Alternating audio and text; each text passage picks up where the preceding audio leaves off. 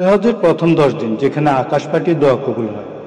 ভাই ও বোনেরা, আল্লাহ তাআলা আমাদের জন্য বছরে এমন কিছু বিশেষ দিন রেখেছেন যেখানে একটি সৎ আমল, একটু চোখের পানি, একটি দোয়া পুরো জীবন বদলে দিতে পারে।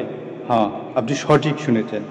বিশেষ সময়গুলোর মধ্যে সবচেয়ে ফজিলতপূর্ণ সময় হলো জিলহজ মাসের প্রথম 10 দিন। আল্লাহ তাআলা বলেন, ফজরের শপথ ও 10 রাত্রির শপথ, সূরা ফজরের মধ্যে। মুফাসসিরগণ বলেন, এই 10 রাত্রি মানে জিলহজের প্রথম 10 দিন। আল্লাহ তাআলা যখন শপথ করেন, বুঝে নিতে হবে এই দিনগুলোর মাহাত্ম্য অনেক বিশাল। শরীফের আলোকে রাসূলুল্লাহ সাল্লাল্লাহু আলাইহি সাল্লাম বলেন, আল্লাহর কাছে সবচেয়ে পবিত্র দিনগুলোর মধ্যে জিলহজ মাসের প্রথম 10 দিন। সহিহ বুখারী শরীফের হাদিস। সাহাবীরা জিজ্ঞেস করলো, ইয়া রাসূলুল্লাহ, জিহাদও কি এর চেয়ে উত্তম?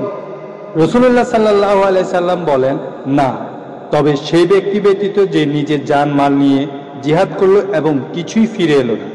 বোঝা যাচ্ছে এই দিনগুলো ছোট্ট আমলও বিশাল ফজিলতের দরজা খুলে দেয়। বন্ধুগণ, এই 10 দিন তাহলে কেন এত ফজিলতপূর্ণ? আসুন আমরা এই ব্যাপারে একটু আলোচনা করি। এই 10 দিনে হজ হয়, কোরবানির প্রস্তুতি চলে, আরাফাত দিন আসে 9 জিলহজ।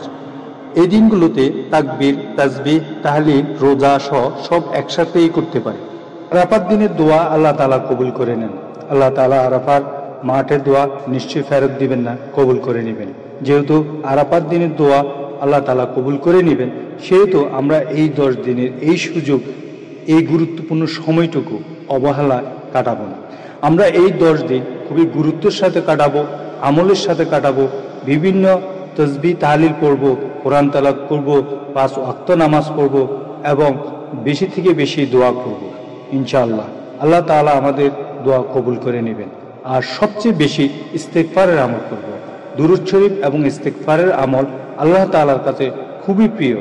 রাসূলুল্লাহ সাল্লাল্লাহু আলাইহি সাল্লামের উপর দুরূদ আল্লাহর কাছে খুবই প্রিয়, যেহেতু আল্লাহ নিজেই দুরূদ পাঠান, যেহেতু আল্লাহ নিজেই আল্লাহ তাআলা রাসূলুল্লাহ সাল্লাল্লাহু আলাইহি সাল্লামের প্রতি রহমত পোষান।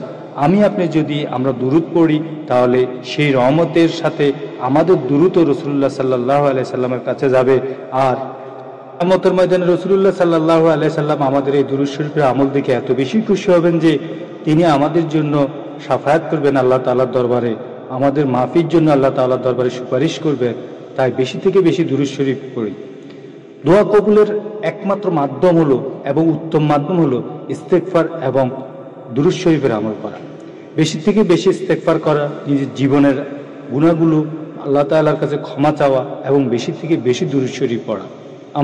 আপনারা সবাই তো জানি, একবার দুরূদ শরীফ পড়লে রাসূলুল্লাহ সাল্লাল্লাহু আলাইহি সাল্লামের প্রতি আল্লাহ সুবহানাহু ওয়া তাআলা আমাদেরকে 10টা নেকি দান করেন, 10টা রহমত দান করেন, 10টা গুনাহ মাফ করে দেন। তাই আমরা যত বেশি পারি ইস্তেগফার এবং দুরূদ শরীফের সাথে লেগে থাকবো। এবং ইস্তেগফারের দুরূদ শরীফের সাথে যদি আমরা লেগে থাকি, তাহলে আল্লাহ তাআলা আমাদের সামনে যত বালা মুসিবত আছে সব কিছুই আল্লাহ তাআলা দূর করে দিবেন। আর দুরূদ শরীফের উসিলায় আল্লাহ তাআলা আমাদেরকে দুনিয়াতে এবং আখিরাতে অপূরন্ত রহমত দান করবেন। প্রিয় বন্ধুরা, প্রিয় ভাই এবং বোনেরা, আমরা সবাই 5 ওয়াক্ত নামাজ পড়ব, কোরআন তেলাওয়াত করব, সাথে সাথে ইস্তেগফার এবং দুরূদ শরীফের আমল করতে থাকব।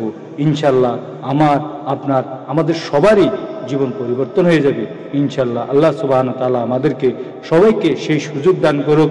বিশেষ করে জিলহজ মাসের এই 10 দিন আমাদেরকে পূর্ণ আমল করার সুযোগ দান করুক।